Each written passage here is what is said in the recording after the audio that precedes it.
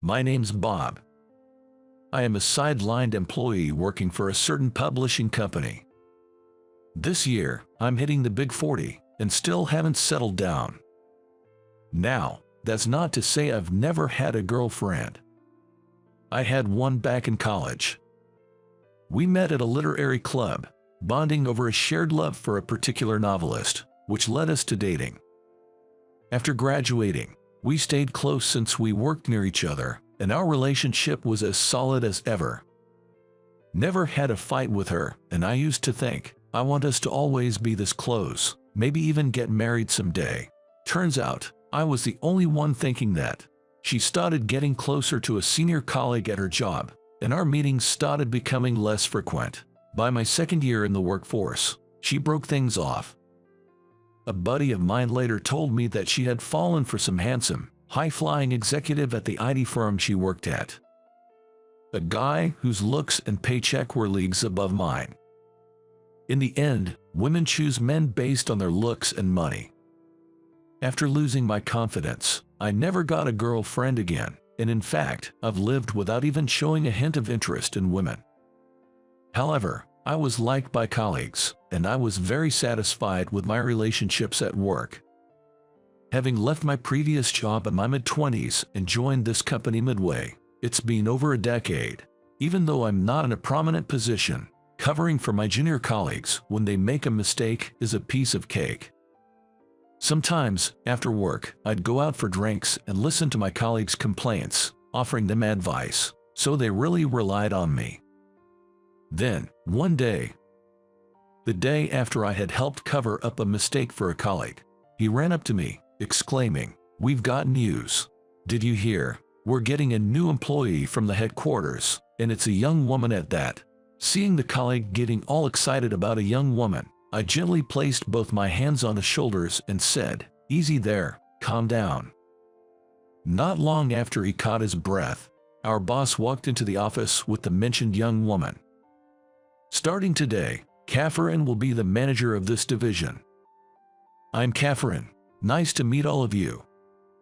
As she greeted and gave a slight nod, a round of applause began, growing louder.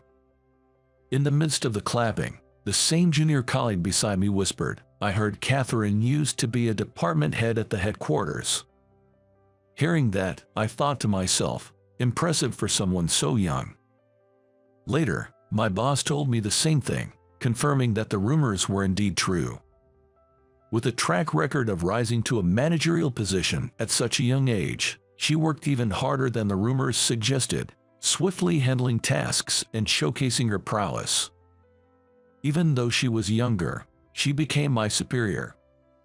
She was friendly and highly competent, quickly becoming a natural fit in our department. However, there was one thing that bugged me. I often felt her gaze from her distant desk. It wasn't a flirtatious look or a look of disdain, but something indescribable. At first, I thought she was puzzled by me, a middle-aged man still in a peripheral role. One day, after this had been going on for a few days, she approached my desk and asked if I could prepare a document for her by the next afternoon. Given how capable she was, I figured she could probably do it faster herself. However, once I understood the simple content she needed, I realized she must be so swamped with work due to her efficiency and decided to help. So, I said to her, "I can get this done today. I'll bring it over once it's ready," and turned back to my computer. But she didn't move. When I looked up, her mouth was agape, a look of shock on her face. "What's wrong?" I asked. She seemed to snap out of it and said, "Oh, nothing. Thank you," before finally heading back to her desk. Later that day, as promised, I submitted the completed document just before the end of work hours. She looked even more shocked than before, glancing back and forth between the document and me. I braced myself, thinking she might criticize me for not doing a good enough job. Amazing. Those were the first words she finally managed to utter. Then she continued, "Who exactly are you?" Apparently, what had taken her aback was the impeccable and advanced nature of my presentation. A younger colleague, looking quite curious after witnessing the scene, was about to approach when another colleague, sensing the tension between me and her, took the younger one's hand and said, "We'll be heading out now," and left the office. After seeing them off, I met her gaze and responded, "Just a sidelined employee, really?" But with a look of incomprehension, she blurted out, "Hey," as she looked up at me with a puzzled expression. She then said, "No offense, but this French document isn't just something you can merely translate. Even folks at our headquarters find it intricate, and yet you've compiled it so flawlessly. It's unbelievable." While she continued to alternate her gaze between the document and me in sheer astonishment, I explained, "In truth, I studied abroad for a year during college. I studied French like my life depended on it. Interacting with native speakers during that time boosted my proficiency even more." Hearing my explanation, her expression of shock remained unchanged. "I get that you know French, but this document contains information that isn't just French-based. For a typical employee, translating non-French parts takes time, but you've done it so quickly. Just how many languages can you comprehend?" I simply responded with, "About 5, stating only the fact." At my brief response, she looked even more startled, almost as if she'd seen a ghost. "I can't believe someone of your caliber isn't in a top position here or at the headquarters," she said, holding her head in disbelief. Simply stating the truth and receiving such a reaction made me feel like I had done something wrong. An awkward silence ensued. After a brief pause, she looked at me with a smile, as if to shake off the previous tension. She then began to reveal the true reason behind requesting the document from me. "To be honest, ever since my first day here, I've been astounded by your work ethic, Bob.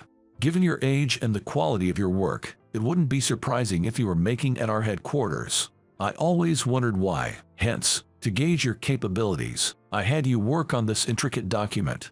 From what I've heard, Bob, you left your previous job, joined this company midway, and have been in a low-profile position for over a decade. Don't you ever want to climb the corporate ladder?" When she said that to me, I wondered if other colleagues had the same doubts about me. But I wasn't too interested in things like promotions or fancy titles. When I mentioned this, she laughed and said, "You're an interesting guy."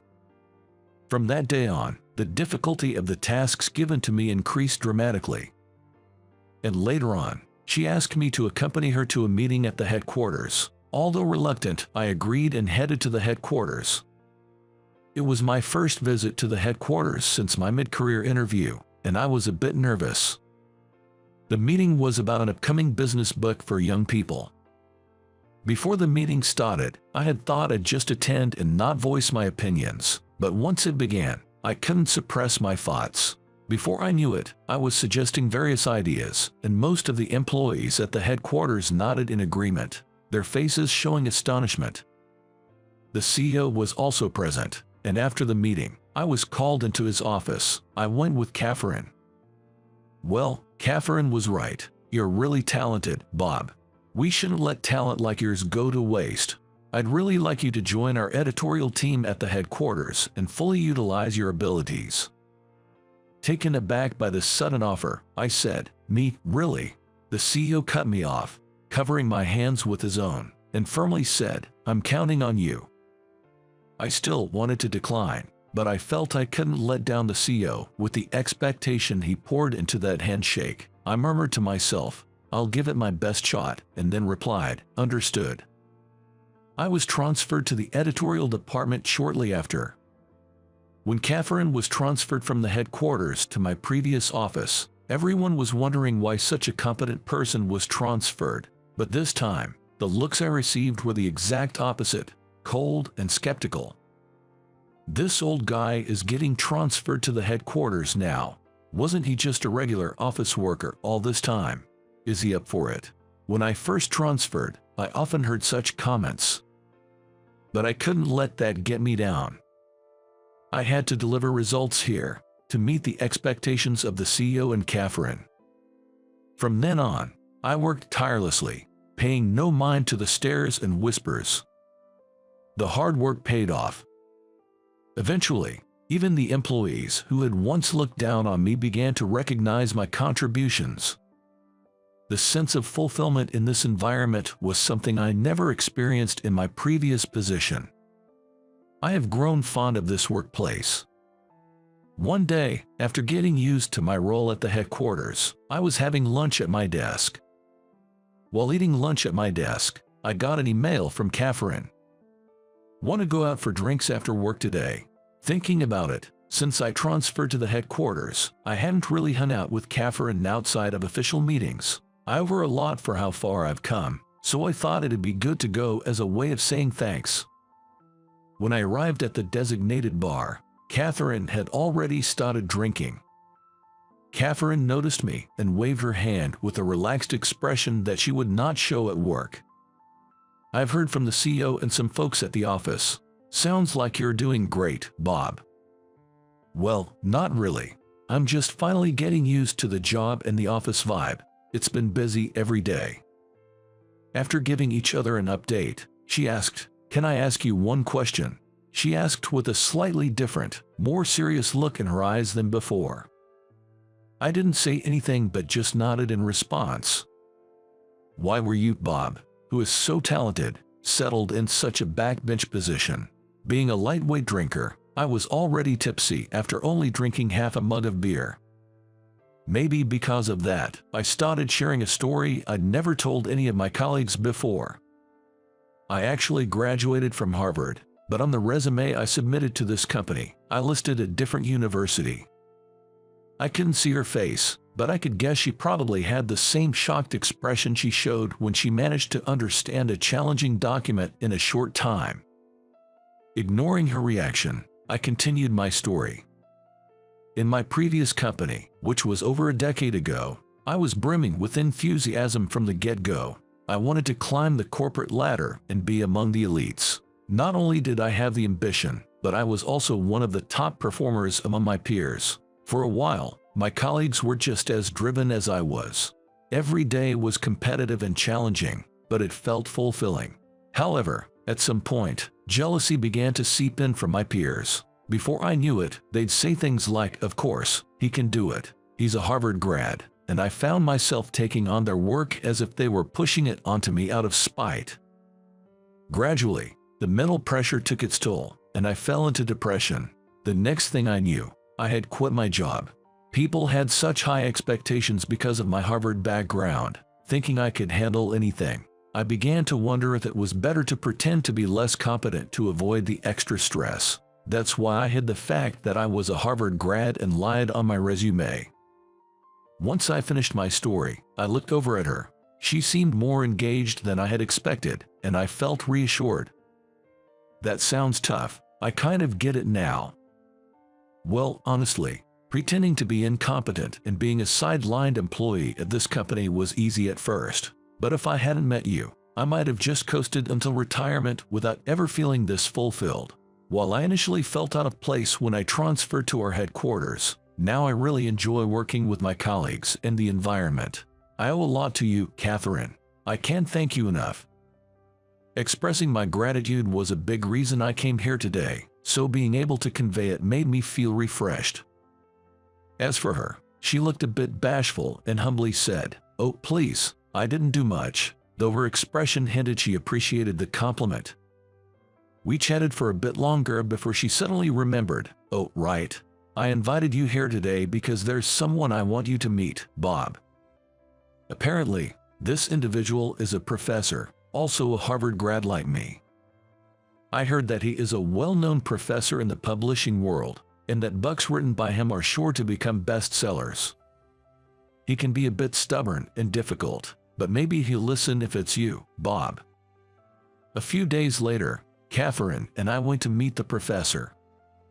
"Hello," Catherine greeted as she opened the door. The professor, seated and engrossed in a newspaper, looked up with an exasperated expression and said, "You again. I have someone I'd like to introduce today." Saying this, Catherine gave me a strong push from behind to prompt me forward. "Pleased to meet you. I'm Bob from TZ Publishing." Despite Bob being a Harvard grad, he listed a different college on his resume and was sidelined at his job until recently. Her spilling the beans about my past right off the bat made me bow my head in surprise and embarrassment. However, the professor's reaction was unexpected. "Now, isn't that intriguing?" he remarked, breaking into a cheerful laugh. "Well, let's at least hear what you have to say. You came to discuss publishing, didn't you?" I had been on guard because Catherine had warned me about his stubborn and difficult nature, but now that the ice was broken, I felt relieved. Prompted by the professor, Catherine and I took seats across the table from him. I was anxious about the possibility of him diving into technical topics I wouldn't be able to answer. However, our conversation remained casual. We chatted about me, about Catherine, and touched a bit on the publishing industry, losing track of time. It was evident the professor had warmed up to me. "Man, Bob, you're not only entertaining but also sharp. If you'd be the lead editor, I'd consider publishing with your agency." "Really?" "Yes, but if we're doing this, we're aiming for a bestseller. I don't want to compromise on the content, so give it your all, Bob. I'm counting on you." And with that, I had won his favor, and, just as Catherine had hoped, we got to discuss publishing. "We did it, Bob. With your persuasion, even that stubborn professor was moved." I modestly replied, "It wasn't all me. I didn't do much, but deep down, I was ecstatic like never before. I couldn't believe I'd have the chance to work with such an esteemed individual like the professor in my life. The thought alone made me look forward to each new day." The business book for young adults that the professor and I collaborated on was a massive success. I was convinced that, with the professor, we could produce future classics, and so I delved even deeper into my work. That effort was never in vain. The books the professor and I released kept hitting the bestseller list, and my presence in the editorial department had grown immensely compared to before. And when I say it had grown, I don't just mean in terms of prominence. The sense of fulfillment I felt, something I would never have experienced in my previous job or back when I was just another face in the crowd, was incomparable to the past. Later on, my relationship with Catherine evolved from work colleagues to dating. Now, we're married and have been blessed with a beautiful daughter.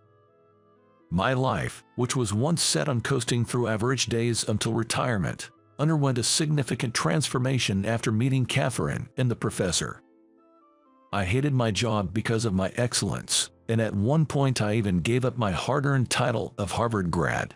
However, I was able to change thanks to encounters with people who could be described as fate. I was just lucky to have a fateful encounter, but when I see someone wanting to change their situation now, I want to tell them this: don't fear change, take action. Just waiting for an opportunity might mean you only get your chance after turning 40, or perhaps you might never find it in your lifetime.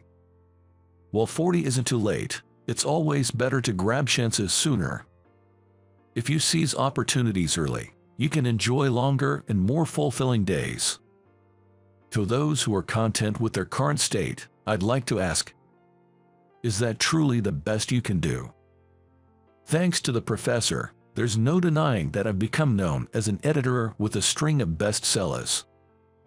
But since the day the professor told me he liked my work, I've poured my heart and soul into my job day and night. I can proudly say that this hard work, while modest, has definitely contributed to the success of those bestsellers. Because with each book, I've given it my all. So, take a moment to reflect if your current situation is truly the result of giving your very best, and if you feel there's more you can achieve, that you are not at your limit, then I urge you to act now. Effort is always rewarded in one way or another. If my life, where I even falsified my education to become a sidelined employee, can change so drastically from just a few encounters, so can yours. Sis, you need to be careful about who you date. Okay, you're cute and have a great personality, but you're a little too easygoing and sometimes spacey. You could get taken advantage of by the wrong kind of guy. You really think you should be with a loser like him. He's just a deadbeat, good for nothing in society. You should break up with him right away. I was misjudged by her younger sister and looked down upon as a deadbeat. Her voice echoed loudly across the floor, drawing the attention of everyone around us. Among them was the face of the hospital director, and I nervously scratched the back of my head, realizing I was in deep trouble. That was a real low point for her younger sister. My name is David. I have a medical license, but I've been out of the country until recently, so I'm currently not employed. Right now, I'm enjoying a relaxed, carefree life. Back when I worked as a surgeon at a university hospital, I was so busy I barely had time to eat or even take a break. Now, I cherish the moments when I can enjoy a warm meal or sleep through the night in my own bed. Today, I had a long-awaited date with my girlfriend, Catherine. Catherine and I went to the same college. We first met on the day of our entrance exams when our seats happened to be next to each other. Even though it was such an important day, I had forgotten my eraser and was panicking. Seeing my distress, she offered me a brand new eraser she had as a spare, saying, "We've both worked so hard to get here, right? We should help each other out at times like this. Please don't hesitate to accept." With that kind gesture, she seemed like an angel to me, and I began to fall for her. Luckily, both Catherine and I passed the exams, and we reconnected at the orientation. She recognized me, and we became friends. From then on, my actions revolved around her. I always made an effort to strike up a conversation and be friends, making sure to sit close to her during lectures. I researched everything she seemed interested in, so we'd have common topics to talk about, and I even studied fashion to make sure I looked my best. The only thing I couldn't change was my height. Of course, I didn't want her to lose interest, so I also worked hard academically. Thanks to my relentless studying, I was able to consistently achieve top grades in our class, and Catherine began to rely on me more and more. And then, it was during the summer of my sophomore year in college. On a trip night with my buddies, I managed to take her for a walk. It was a moonlit night, still a tad humid. The lodging was conveniently located, just a short walk to the beach, so we headed towards the ocean on foot. The nighttime sea was in stark contrast to the bustling daytime. It was tranquil with only the sound of the waves echoing. The modest moonlight reflected on the water, shimmering like stars. It feels like I could watch this forever. It's so mystical and beautiful. I couldn't clearly see Catherine's face in the darkness, but I could tell she was probably smiling gently, and I felt an overwhelming surge of emotions. "Catherine, I love you." I had thought of many scenarios for my confession, but when the moment came, it seems only cliched words came out. When I said those words, she looked at me in surprise. Her big eyes widened even more as she slowly brought both hands to her mouth. "Wait, David, really? Yes, it's true. I fell for you when you lent me an eraser during exams. Please, be my girlfriend," I said, bowing my head and extending my right hand towards her. It felt like an eternity, but it was probably only a few seconds. After a brief pause, when she touched my hand, I abruptly looked up. She seemed momentarily taken aback, but soon greeted me with a smile. "If you're okay with me, I'd love to. I've always admired how dedicated you are, David, and I thought you were cool." "Really?" "Yes, really. Let's make it work." With that, she bowed her head to me. In return, I also bowed, and the two of us found ourselves repeatedly bowing, which became comical, and we shared a laugh. From that day on, we've been together. Over time, because we've been together for so long, our ways of thinking have become similar, and sometimes we're jokingly referred to as an old married couple, but I always find myself falling for Catherine all over again. Even today, seeing her happily holding a cup of hot chocolate, she looks so adorable. Her burgundy knit sweater, her black flared skirt, and her houndstooth scarf all fit her as if they were custom made. Could it be that this entire world exists just for her? Maybe Catherine truly is a goddess. David, what have you been up to since returning to the States? After sharing most of my recent life, Catherine, tilting her head slightly, asked me that. Her gesture was as endearing as a small animal. I wanted to shout to the world how cute she is. Suppressing such thoughts deep within my heart, I answered nonchalantly. Well, I haven't settled down yet, so I'll be living in a hotel for a while. Can't really splurge since I have no income. After all, I'm unemployed now. You actually call yourself unemployed? She laughed amusingly at that. I think her smile is a national treasure. No, a world treasure. I wish I could buy it with all my wealth. I'm not working, so no income. As I made that self-deprecating joke, she laughed. Such precious moments. I wish they could last forever. But life isn't always that kind. Catherine. Suddenly, a voice clearly aimed at her rang out.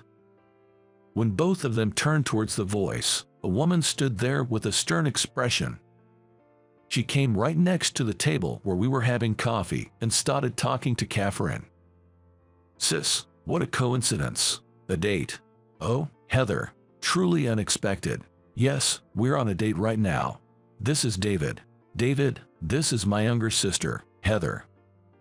Your younger sister. Nice to meet you, Heather. Reaching out to shake her hand, she openly looked at him with disdain and ignored his gesture. Huh, she's ignoring me. What should I do with this outstretched hand? You need to be careful about the men you date. You are pretty and have a good personality, but you're a bit naive. It would be terrible if you deceived by some shady guy. What? David is not like that. I overheard your conversation earlier. He's unemployed and has no income, right? He's not even handsome and is short. I don't get why you're with him. That was just a joke, you know. He's actually. Anyway, I will never accept him. I'll do everything I can to interfere. I have an appointment, so I have to go. Goodbye. Saying this, she glared at me and left the cafe. She had a takeaway coffee in hand, so she must have just stopped by for a moment. Her fast-paced walk seemed courageous. Heather can be a bit strong-willed, but she's very talented. She's younger than us. She gets good grades, and she's starting her internship at a university hospital next week. Oh, I see. Considering she's younger than us, Heather must be a medical student. You two seem close. We are. She's my adorable little sister. I'm sure the misunderstanding will be cleared up, so please get along with her. I nodded at her cheerful demeanor. It felt like I was looking at the Virgin Mary, or so I whimsically thought. A few days after my date with Catherine, I had a reason to visit the university hospital where Catherine works. I used to work here, and to add to that, I graduated from the affiliated college of this hospital. It feels like home to me. My business was over quickly, and as I waited in the elevator lobby, thinking of seeing Catherine and heading home, a group of individuals in white coats approached from behind. It seems they were medical interns with their supervising doctors. I recognized some of the doctors, but among the interns, there was one familiar face. She noticed me and exclaimed, "Oh, why are you here?" The one pointing and shouting at me was Catherine's younger sister, Heather. Pointing at someone is considered rude, I thought, trying to muster a smile. I couldn't tell her the real reason I was here, so as I was thinking of a way to sidestep the question, Heather continued her rant.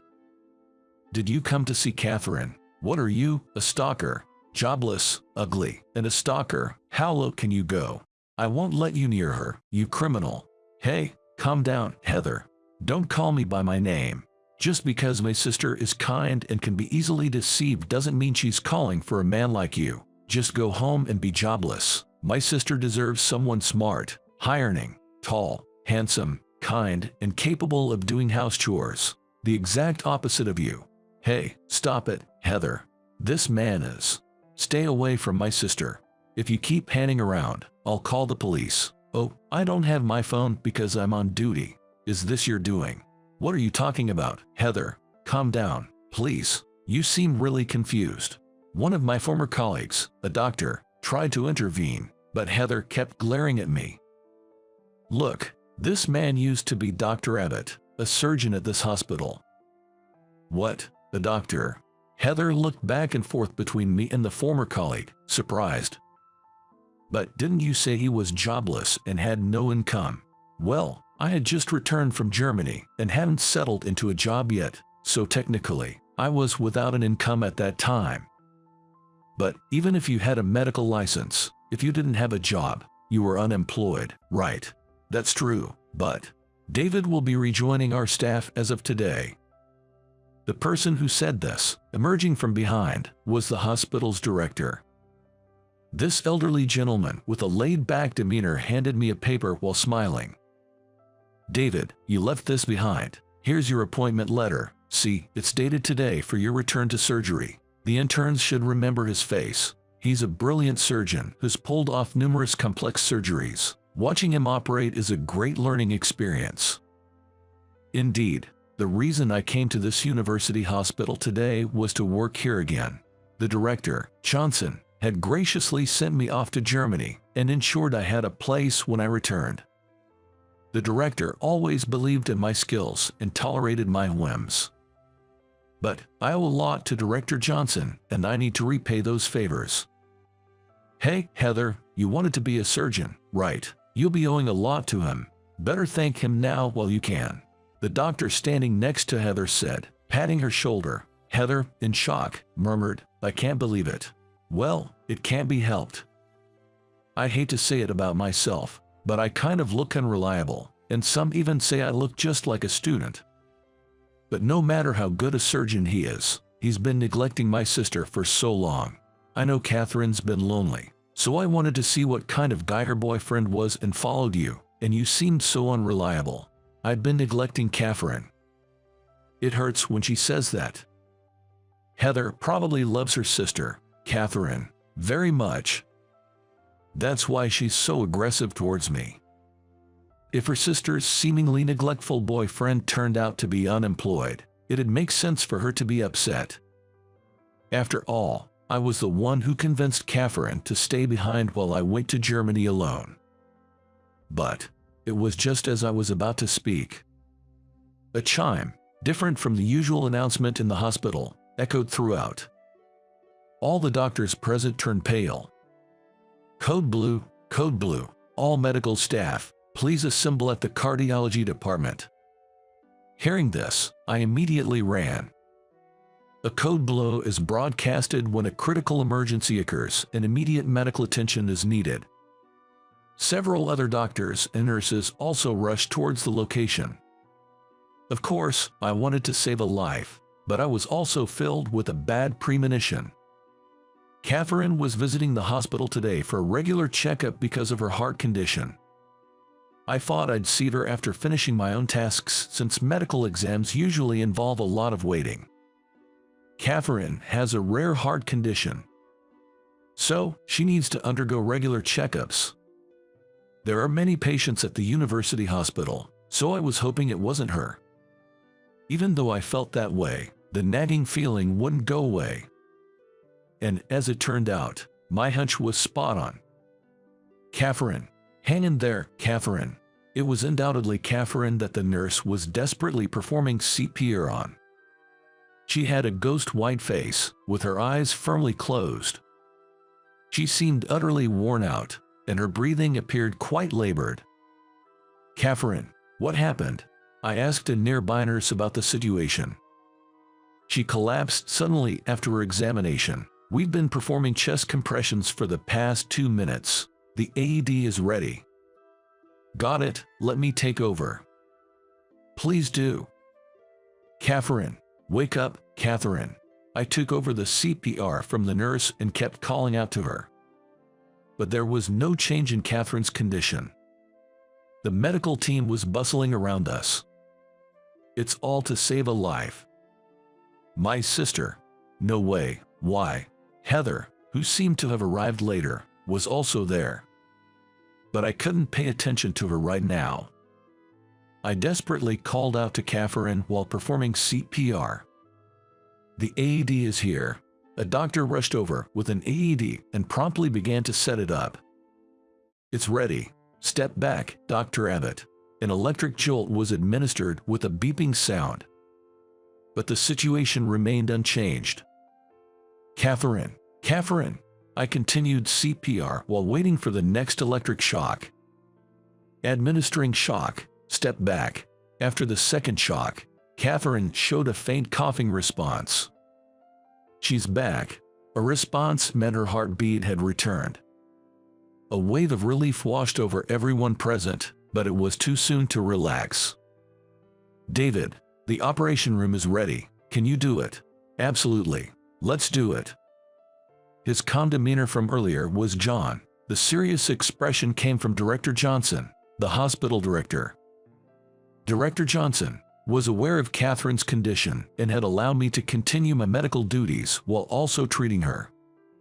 He'd consistently updated me on the progress of her condition and her test results. Of course, we'd obtained her permission first. Catherine's condition was rare in the States, so it was largely unclear how to treat it.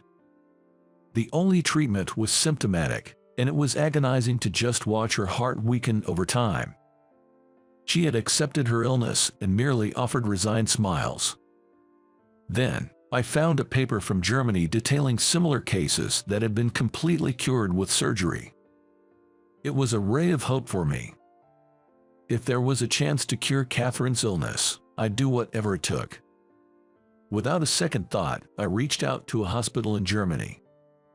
And in no time, my trip to Germany was set. However, Catherine was hesitant. "I appreciate your feelings, David, but I might not have much time left. It'd be too lonely without you by my side. I don't want to be alone. Please, stay with me. Let's create a few more memories." "I wish you wouldn't say that. You mean everything to me, and without you, my life would be pointless. So please, I'm begging you, don't give up on your life. You're a doctor, right? Doctors shouldn't give up on lives. I promise I'll save you. Just hold on a little longer. Please, stay strong for me." After an emotional exchange filled with tears, Catherine finally relented. She recognized my medical skills and achievements. She said she believed in me. "David, I'll be waiting. I believe in you. Just hang in there. I'm going to learn everything I can as fast as possible. Take care of yourself until then." "Okay, you too. Don't wear yourself out." A year and a half passed. It took longer than I'd anticipated, but I gained surgical experience in Germany and conducted research on similar cases. With newfound confidence in saving Catherine's life, I returned to the States. "What do you mean, surgery? Is my sister really that bad?" I thought she was just feeling a bit under the weather. Pushing through the crowd, Heather approached me. Heather looked pale, on the verge of tears. Understandably so, given her beloved sister had just suffered a sudden cardiac arrest. She probably didn't want to worry you, so she didn't tell you everything. I believe she had faith that she'd get better. "Don't worry, I'll fix this. That's why I went all the way to Germany." I didn't cross the ocean just on a whim. The words I told Heather were also reminders for myself. "I want you to contact your parents. It's all right. How can a doctor not believe in the vitality of a patient? Your sister, Catherine, she's strong, right?" "Yes, I know that even without you telling me. My sister won't be defeated by this. I trust you. Please, save her." "Yes, I'll definitely save her." With determination in my heart, I hurried to the operating room. I went through my pre-surgery routine, calming my nerves, changing, wearing a mask, washing my hands. I double-checked all the essentials and looked over the medical staff. "Let's begin the surgery." The operation took a long 10 hours, but it was successful. A few weeks after the surgery, I peeked into Catherine's room. There was Heather, dressed in casual clothes, chatting away happily. "Catherine, how are you feeling?"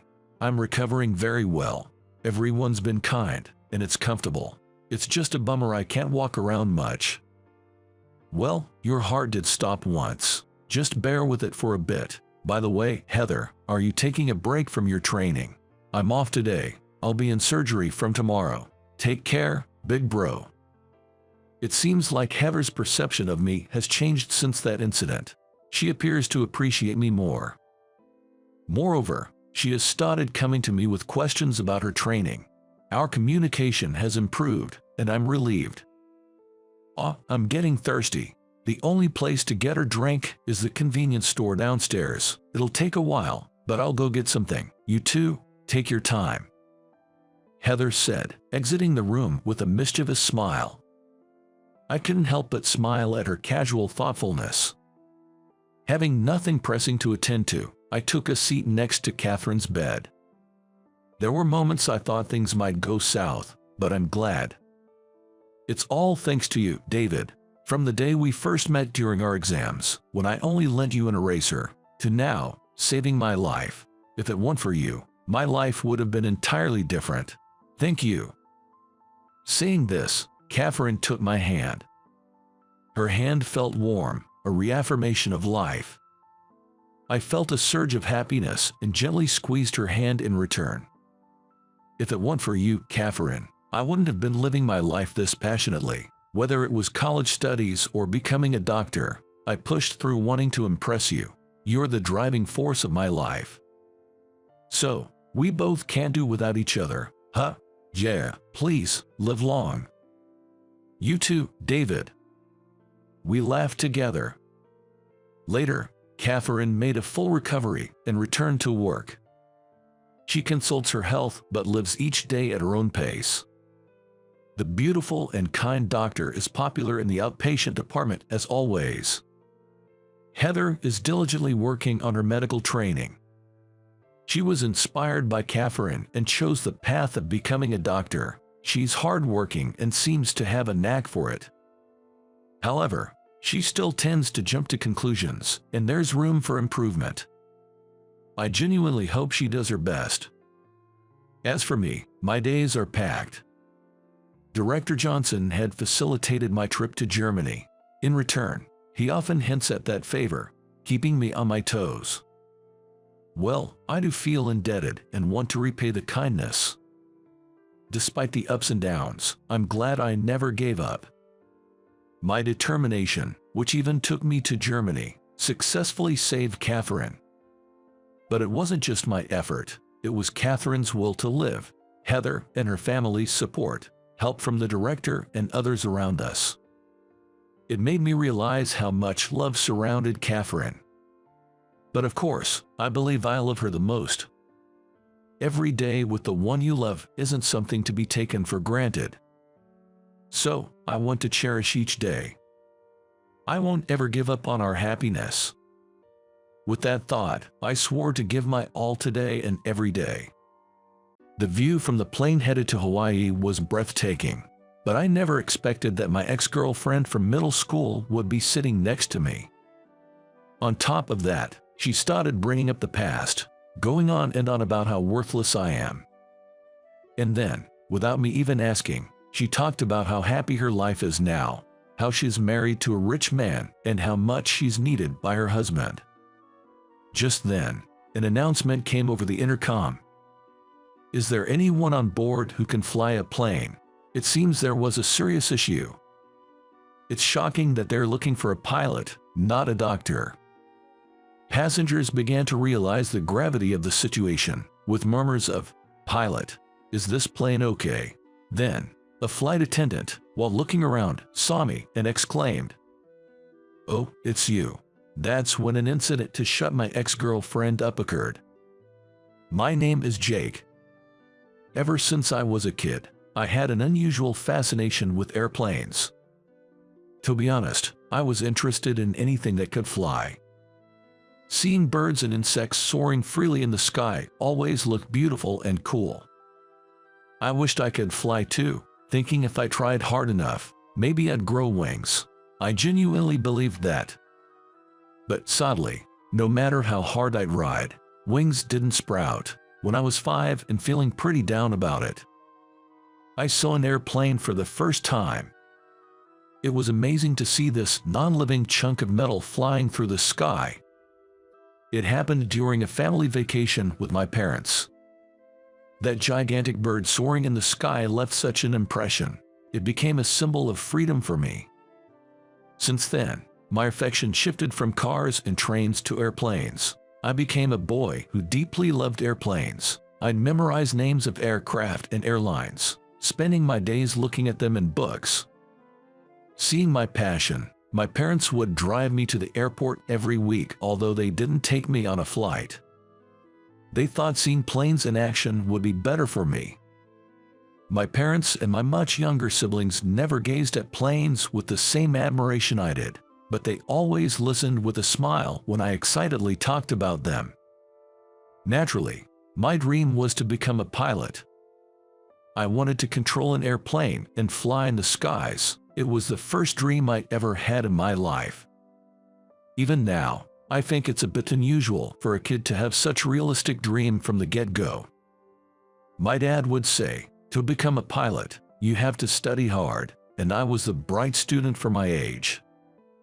I felt that studying was a small price to pay if it meant flying a plane someday. My teachers always said, the secret to improving in your studies is to have a clear vision of your future dream. I truly felt that way. If what it took to become a pilot was studying, then I'd gladly dive into my studies. Moreover, when my dad said, I heard that if you have cavities, you can't become a pilot, I brushed my teeth harder than anyone else. I reckon I got so good at it that I could have become a dental hygienist. Mind you, it's not true for all pilots that having cavities is a deal breaker. Only those flying certain fighter jets can have them due to the effects of air pressure. If someone said that you need to be physically fit to be a pilot, then I'd double down on weight training and exercise. Anyway, my childhood was more about planes than playing around. Once I reached middle school, I began seriously considering my path towards becoming a pilot. I believed that without attending a reputable high school or college, I wouldn't be able to fly an airplane, so I continued to work hard in both my studies and physical activities. During middle school years, I was also concerned about my friendships. I made an effort to get along with everyone, trying not to make unnecessary enemies. While I avoided people who brought unnecessary stress, I aimed to connect with as many people as possible, absorbing everything I could and making it a part of me. Though it's a bit embarrassing to say, I was relatively popular among girls. Getting attention from girls became more frequent, and honestly, it felt good. Guy friends would ask how I got so much attention from the girls, but since I wasn't studying or exercising to be popular, I couldn't give them a satisfying answer. Amidst all this, a girl confessed her feelings and wanted to date me. Her name was Susan. She was the most beautiful girl in our grade, popular among both students and teachers. Being approached by such a beauty, I was over the moon and couldn't find a reason to refuse her. I said yes without thinking seriously. It was my first time dating a girl, and I had no idea that Susan would be so much trouble. She became upset whenever I talked to someone, a male or female, whom she didn't know. I'd often buy her something just to improve her mood. She demanded things like deleting contacts of the girls from my phone and expected immediate replies to her texts. She was incredibly self-centered and seldom thought of others.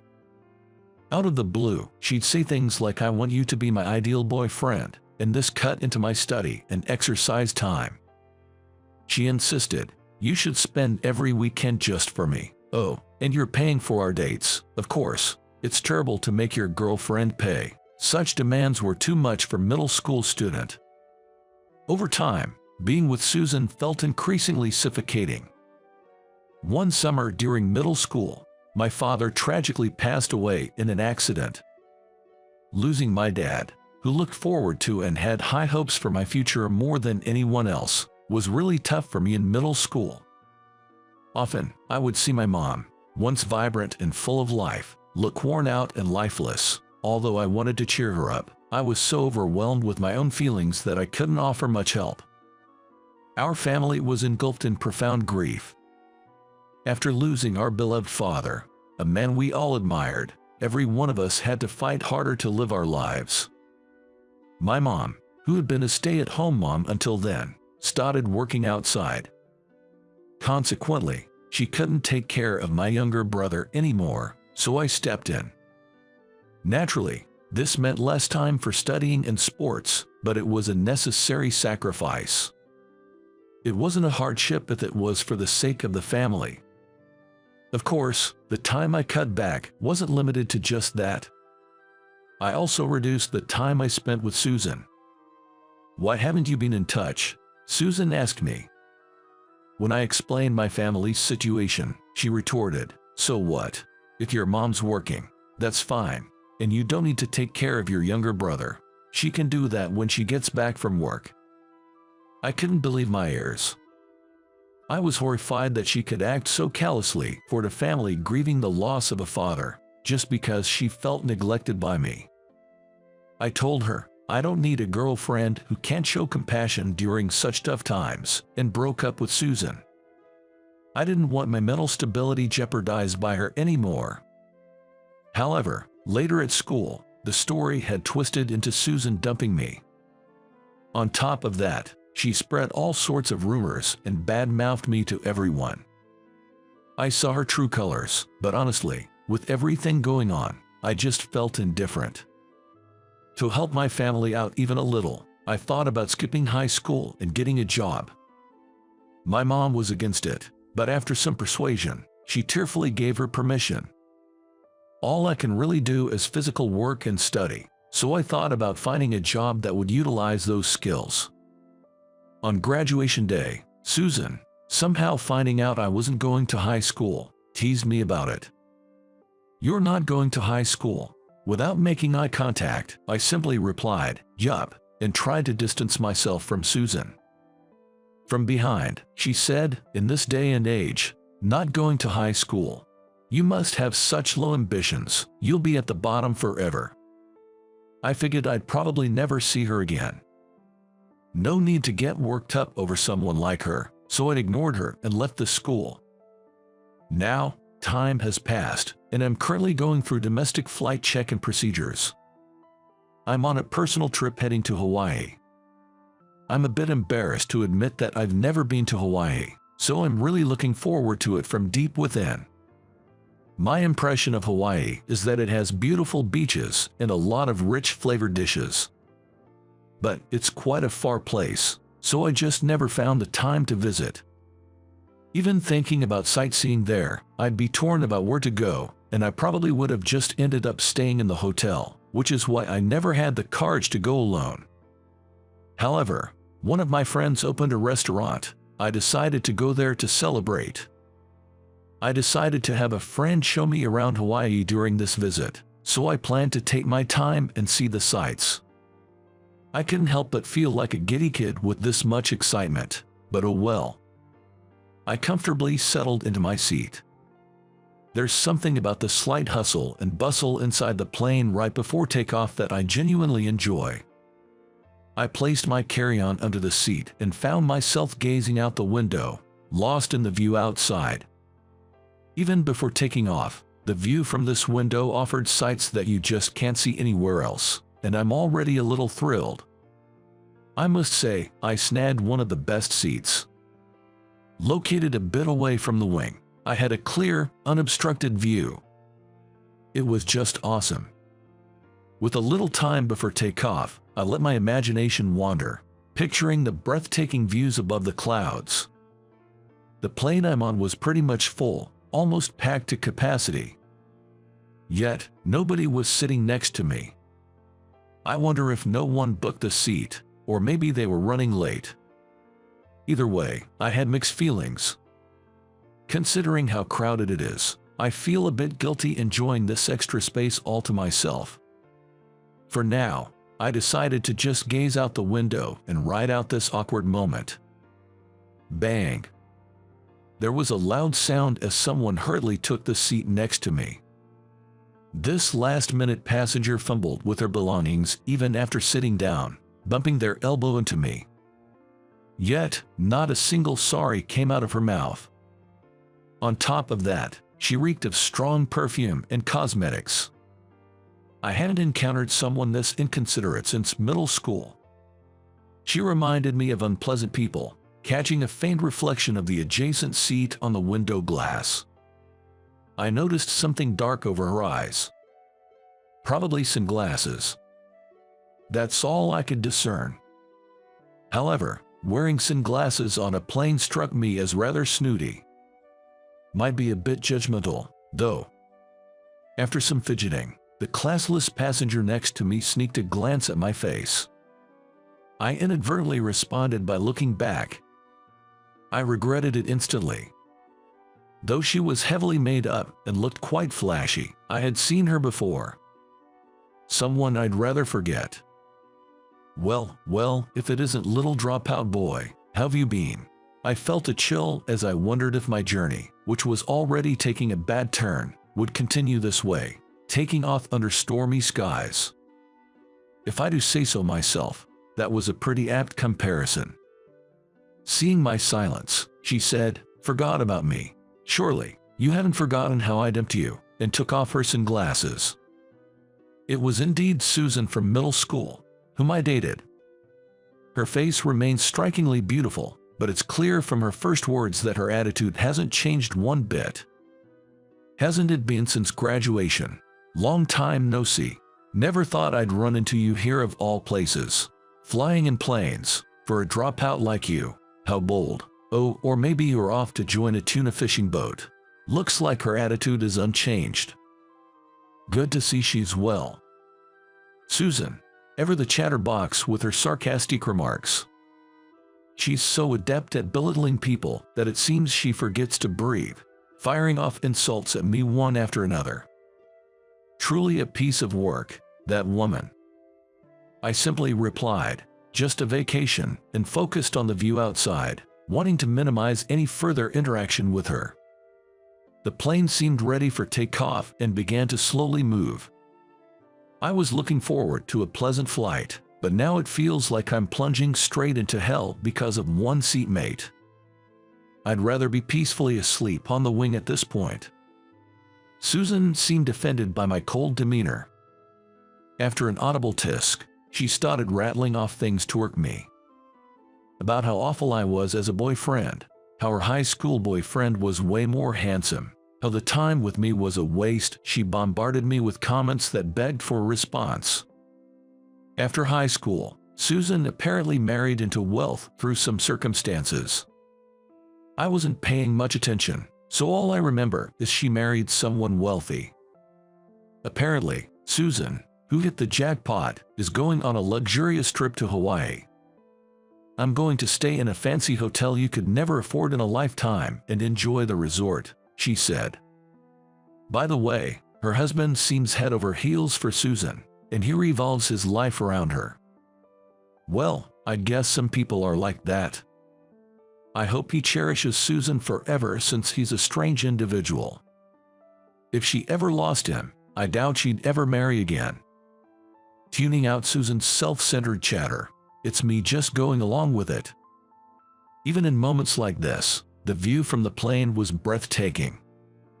Soon after takeoff, the view below turned completely white as we rose above the clouds. No matter how bad the weather is, if you wait a bit and rise above the clouds, a bright blue sky always shines.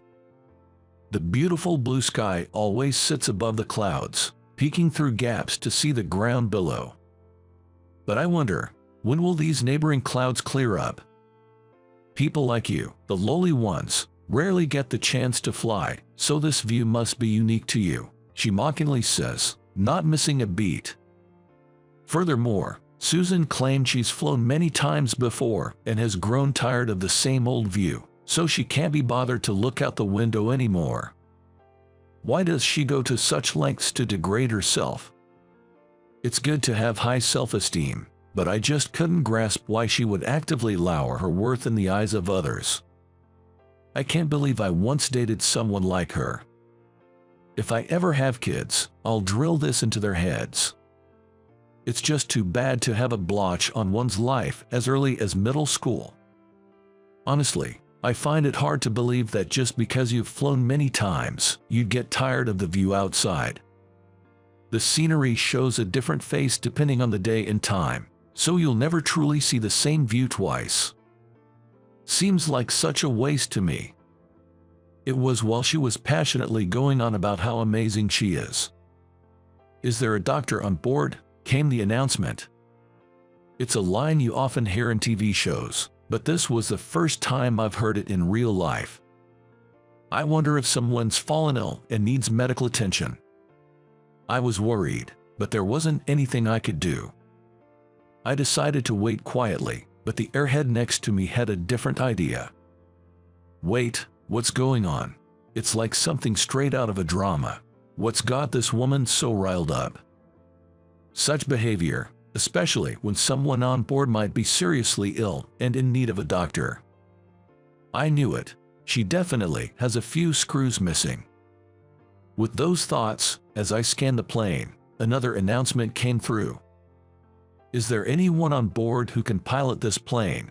Even I was taken aback by that one. When the announcement was made that a doctor was needed, passengers were a bit restless. Not as much as Susan though, but when they called for a pilot, the cabin truly erupted in commotion. Is this plane even okay with the pilot like this? And does the pilot need a doctor? Voices calling for the flight attendants could be heard throughout the cabin. It's understandable. First needing a doctor and then the pilot. Something must have happened to him. Susan's face grew increasingly pale and she began to panic. What the heck? Is this plane going to crash or what? Why does she say something unnecessary? Mentioning a crash in a situation like this could cause a full-blown panic in the cabin. That's why I dislike people who can't read the room.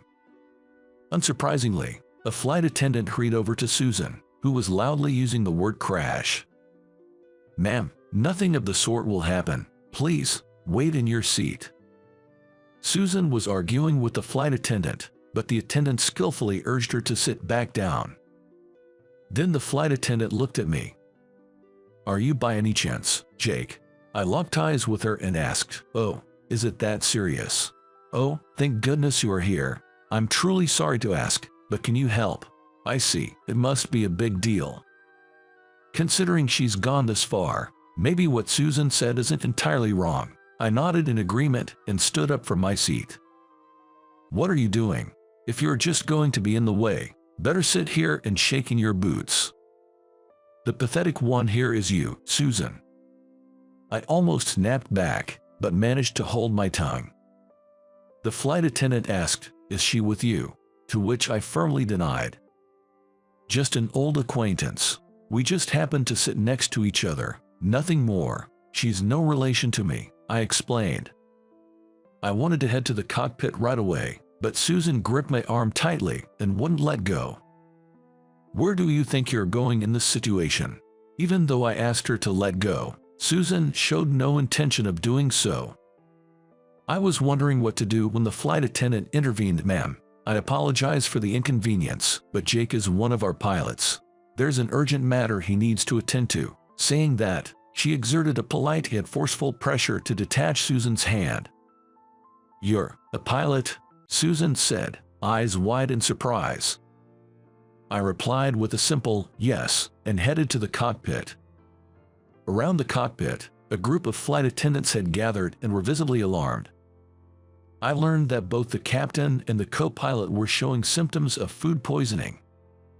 By chance, there was a doctor on board who was examining the two. However, they showed no signs of recovery, and their symptoms were getting worse. Therefore, it became clear that piloting the plane under these conditions would be challenging, leading to an urgent announcement from the cockpit. Acute gastroenteritis can strike out of the blue, so perhaps it was unavoidable. But for both of them to get gastroenteritis, that's either incredibly bad luck or a miracle. The odds seem pretty low. Many familiar faces were around the cockpit, and when they saw me, they said, "Wow, how lucky that Jake was on board too." both pilots having gastroenteritis, a doctor happening to be on that plane, and even a pilot being present, it feels like I've used up a lifetime's worth of luck just on these astronomical odds. According to the doctor, the co-pilot's symptoms seemed milder than the captain's, but he was just barely able to hold a conversation. However, he seemed really rough with sweat on his brow. I managed to get in touch with the control tower and took my seat in the cockpit. The tension and excitement never get old. Having passengers on board brought immense pressure upon me. When I first started flying, the thought of having the lives of passengers in my hands made me so nervous I felt like throwing up. But at the same time, there was a breathtaking view that only pilots get to see. A beautiful scene that passengers can't quite experience from the cabin. The warm rays of the sun lit up the surroundings. Even the thick clouds below looked like a beautiful backdrop. That sense of exhilaration only a pilot feels always filled my heart. I often wonder if some kind of hormone is flooding my brain. Being here is pure joy. Well, for me at least. I once mentioned this to a flight attendant and was immediately dismissed as weird. I feel bad for Susan. She never experienced such a sight and still got tired of it. The plane landed safely in Hawaii, ensuring the safety of all passengers and crew on board. Immediately after that, the captain and the co-pilot headed to the hospital. The doctor who had been attending to them said, "I'm glad you were there. If I was alone, everyone would have ended up in the hospital. Just those two going is enough," chuckling and stroking his beard. What an inappropriate thing for a doctor to say. But well, he's probably trying to show his appreciation in his own way. Even though the landing was safe, from the company's perspective, it's still a big deal. As a result, after arriving in Hawaii, paperwork and reports took so long that I was only free by sunset. As initially planned, I headed straight to my friend's new shop at top speed. Of course, I drove safely. The store was already bustling with many customers. My friend and the owner, Bob, saw me and immediately burst into a wide grin, exclaiming, "Glad you could make it," and giving me a hearty pat on the back. "I heard you had quite the day, steering a passenger plane on the fly. Where did he get that info?" I didn't feel like bragging, so I hadn't intended to talk about it, but if he already knew, I guess I should explain. The forceful pat from the muscular Bob left my back tingling. Rubbing the sore spot, I sat down and recounted the day's events. "That's an incredible story. Can't believe it's been 5 years since you retired. Time flies," Bob laughed. Indeed, the passing of 5 years does make me feel the cruel march of time. "Are you a friend of the owner?"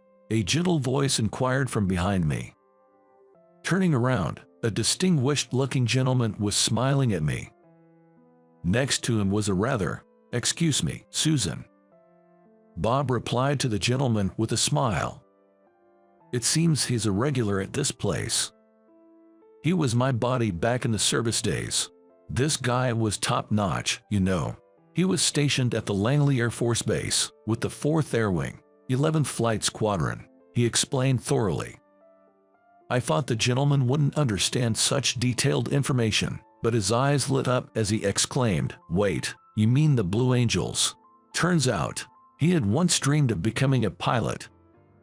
However, due to an accident when he was a child, he almost lost vision in his right eye and had to reluctantly give up that dream.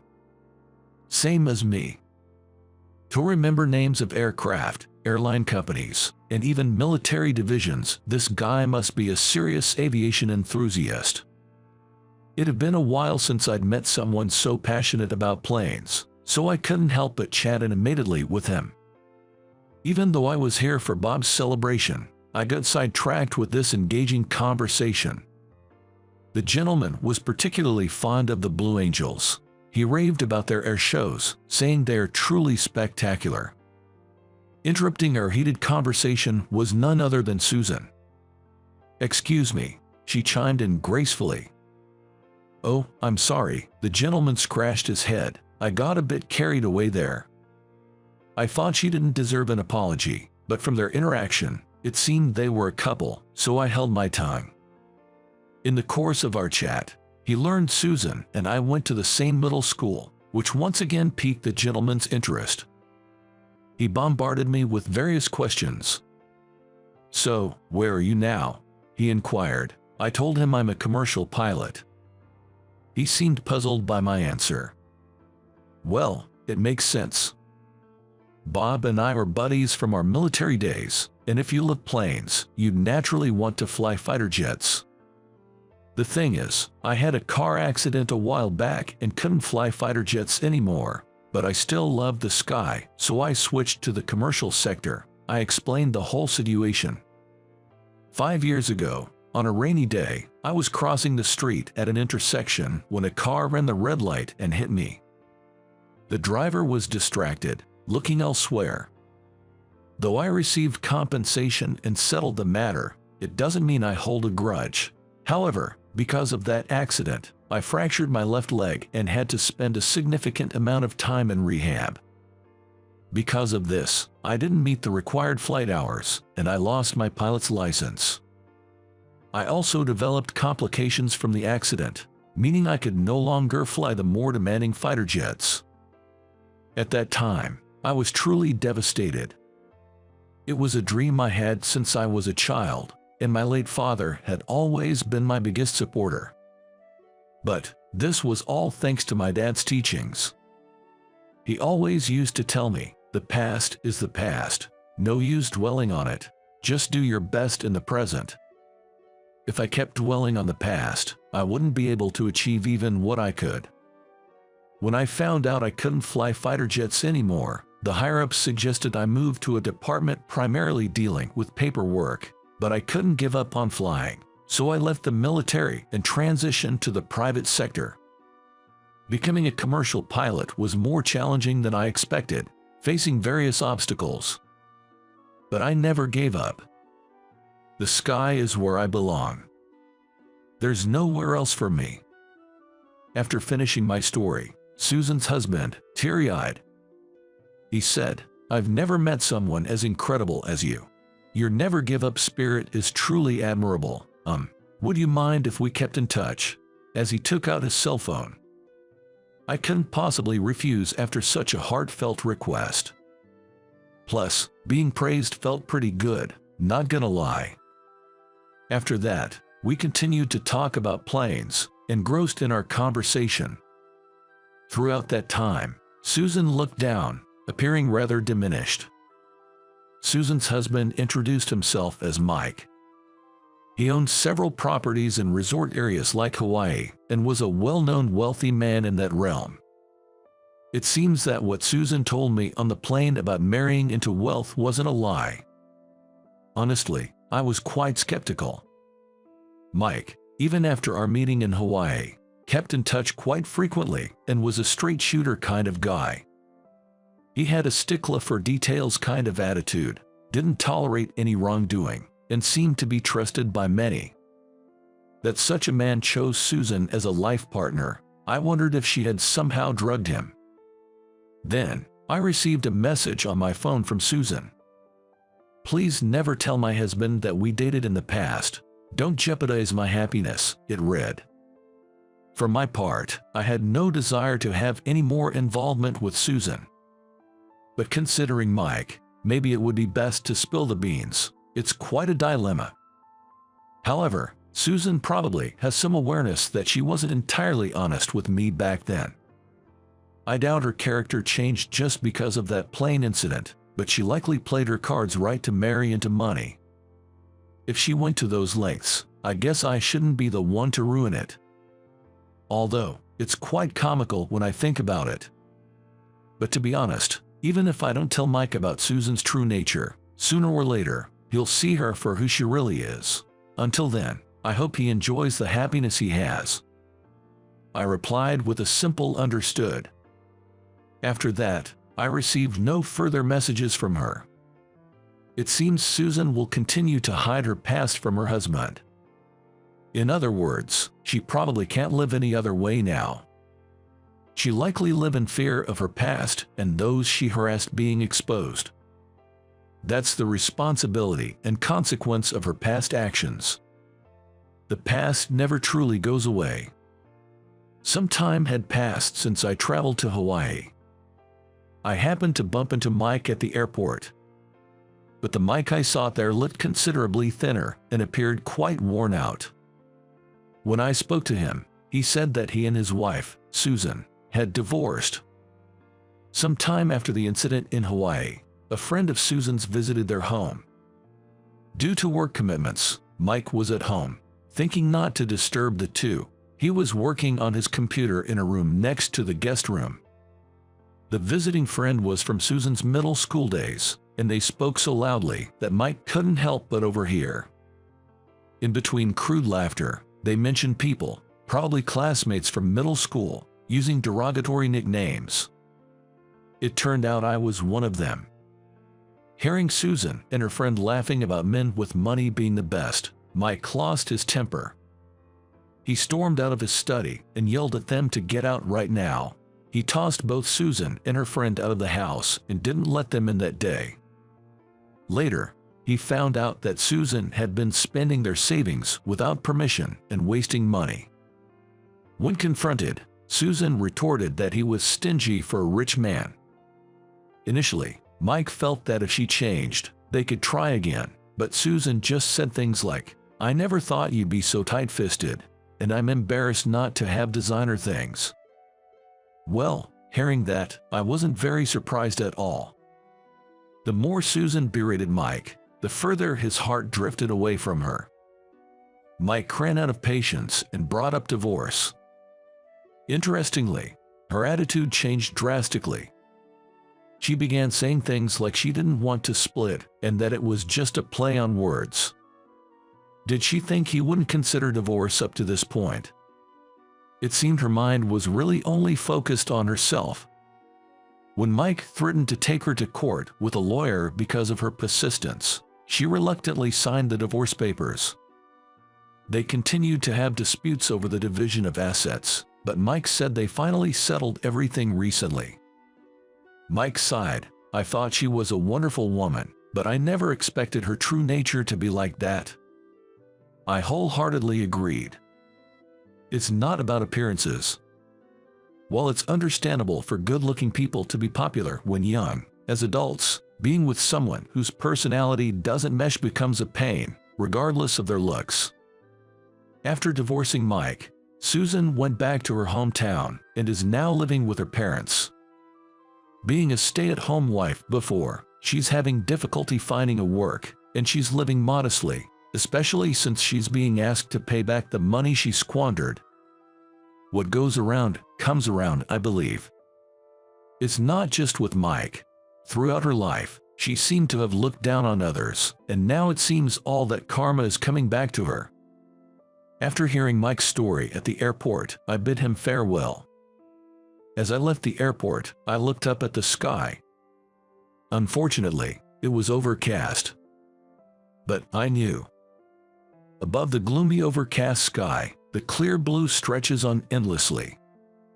I believe that the view from the cockpit is a privilege reserved for pilots.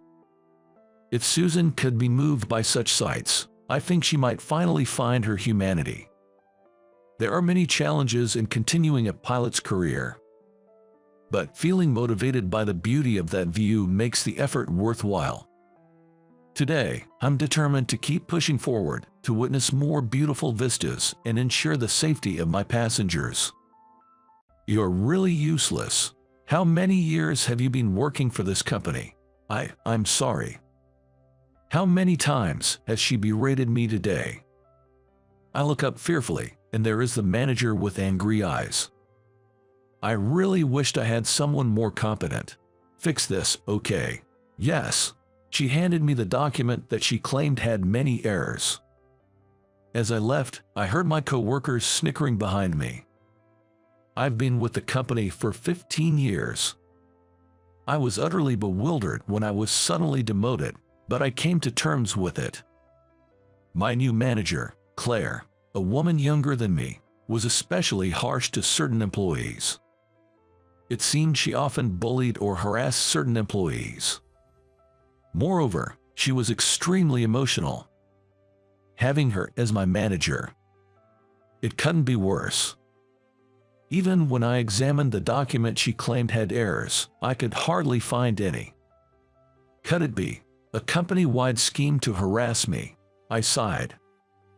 Recently, due to economic downturns, my company has been encouraging early retirements. On top of that, they've been demoting employees they want to let go or harassing them to make them quit. They really played dirty, I sighed, placing the document on my desk. I looked at a photo of my beloved wife, Jennifer. Seeing her bright and radiant smile made me sigh even more. How did someone like me end up with her? My wife Jennifer, unlike me, who only finished high school, was a top-performing college graduate. She had a promising career trajectory. Yet, for some reason, she chose to resign from her job and followed me after I was demoted. I was getting tired of work anyway. I've been thinking of quitting for a while, so the timing was just right. Why not? Our new place is famous for tourism, and I think living a relaxed life in the countryside could be nice. Since moving here, I've been more proactive about doing chores at home, but Jennifer has taken the lead in handling many household duties even while working part-time at the supermarket. Moreover, even when I vent about my daily office troubles, she listens intently without showing any annoyance, nodding along with genuine concern. Sometimes she'd exclaim, "What's up with that?" and would side with me, condemning my overbearing Claire. When I was working full-time, I couldn't do much as a wife, but now I'll do everything I can. She was a thoughtful, kind-hearted wife I could be proud of and respect. But to be honest, I felt inferior to her. What a pity for her to have a husband like you. Suddenly becoming aware, I turned to look behind me. Claire, you even have a picture of her on your desk. You really adore your wife, huh? And rumors say she was more competent at her job than you. What a waste, making her quit and dragging her all the way to this rural place like Nebraska. With a sneering and sleazy smile, she stared at Jennifer's photo. Your wife really has it tough, doesn't she? Wouldn't it be better for her if you two divorced? Holding back my rage, I bit my lip. Maybe I have been a burden to my wife, but it's none of her business. If it were just about me, I could endure it. But I couldn't stand her talking about my wife. I didn't want to hear that. I felt the urge to let my anger take control. I wanted to shout back at her. Those thoughts consumed me. But if I did and ended up getting fired, it would only cause more trouble for Jennifer. Still, I didn't want to let her remarks go. I clenched my fists, taking a deep breath. Then, the office phone rang. I quickly picked it up. Yes, this is Bob. Hey, I'm at the front desk right now. Can I come over? Huh, Jennifer, why are you here? That call really caught me off guard. Jennifer, who was supposed to be at home, was on the line. You forgot your lunch at home today, right? So, I brought it for you. Yeah, I did forget it, but I texted you that I'd just buy something. I know. But since I was shopping near the office, I thought I'd drop it off. Oh, thanks, but I'm busy with work, so head home soon, okay? I know. With that, she hung up. As I put down the receiver, I locked eyes with Claire, who looked taken aback. Your wife came all the way to the office, just to deliver lunch. That's unbelievable. I didn't expect her to either. Sigh, can't get a promotion, treats his wife like a maid. You're such a loser. Whispering those words, she walked away. I covered my ears for a moment, glaring at her retreating figure. Hello, I'm Bob's wife. In no time, Jennifer entered the office. Seeing her, I was at a loss for words. She was in her usual attire, but it was clear she dressed up for the occasion, wearing a beautiful pastel-colored dress. Jennifer has a great figure. The dress perfectly accentuated her curves. Her makeup, subtle in its soft hues, perfectly accentuated Jennifer's attractive face. Isn't Bob's wife a beauty? She's got such great style. Really stands out. Whispering among themselves, some male employees shared their thoughts, but Jennifer shot them a smile and quickly made her way over to me. What a beautiful wife you have. Hearing that voice and looking in that direction, the department head seemed taken aback as she stared at Jennifer. Seems like even she, as another woman, can't ignore Jennifer's beauty. Here, you forgot your lunch. I packed all your favorites. She handed me the lunch with a cheerful smile. Come on. I know she usually just tosses in last night's dinner leftovers. And she doesn't hesitate to add mushrooms, which I despise. I was wondering what got into her today, being overly pleasant. Then, ahem, excuse me, ma'am, Claire's voice rang out. She strutted over, crossing her arms in front of us with a sour look. This kind of behavior is disruptive. We're trying to work here. Oh, I just brought lunch for my husband. Oh, and here, everyone can have some. I made them. Homemade. My wife handed her a beautifully wrapped package of cookies. The corners of Claire's mouth twitched upon hearing my wife's words. It's well known among the staff that Claire, besides having no taste buds, is also a terrible cook. One employee who was secretly dating her even broke up with her over it, which became quite the office gossip. And I didn't miss it. The mischievous glint in Jennifer's eyes as she smiled at the department head. She's intentionally doing something she knows will irk her. Everyone, I also have homemade cookies for you. Thank you for always taking care of my husband. Swiftly turning on her heel, Jennifer began distributing cookies to the employees. But watching her, I felt my stress levels rising and began sweating. I was sure this was some sort of retaliation aimed at Claire. I'd always talked about Claire at home, but I never imagined Jennifer would come to retaliate. Enough of this. Do you think acting all sweet will get your husband treated any better here? Claire yelled at Jennifer, throwing the cookie she received from her on the floor. Some male employees watching frowned. You might have gone a bit overboard there. One tried to calm her down, but her anger only grew. She stormed up to Jennifer and shouted, "This is a place of work. Don't hand out unknown snacks to the employees. How could you? This is so uncalled for." Tears welled up in Jennifer's eyes, though they seemed somewhat insincere. Jennifer is the kind who'd immediately snap back if she's yelled at for no good reason. Hey, that's way out of line, Claire. That's just way over the top. The employees rushed to my wife's side, hurling criticism at Claire one after another. Bob's wife was just being considerate and handed out cookies to us. And after throwing them away, you yell at her. What's the problem here? At that moment, a voice was heard from the lounge. It was the vice president. What's going on here? Seemed he'd caught wind of the commotion. Today, the vice president, who was visiting from the head office in New York, came over to see what the fuss was about. Claire was pale as a ghost. Then, the younger employees began to explain the situation in unison. Vice President, it was awful. Claire yelled at Bob's wife. She was just delivering lunch to Bob and gave us cookies on the side. The male employees exchanged glances. That's what I'm saying. That's the issue. In response to the infuriated Claire, the vice president said, "What seems to be the problem here? Let's discuss this in the conference room, shall we?" "Yes, sir." With a weak nod, Claire followed the vice president to the conference room located beside the floor. "Serves her right." Standing beside me in astonishment, Jennifer muttered. Soon after, it was decided that Claire would be transferred to a different department. It was a demotion in all but name.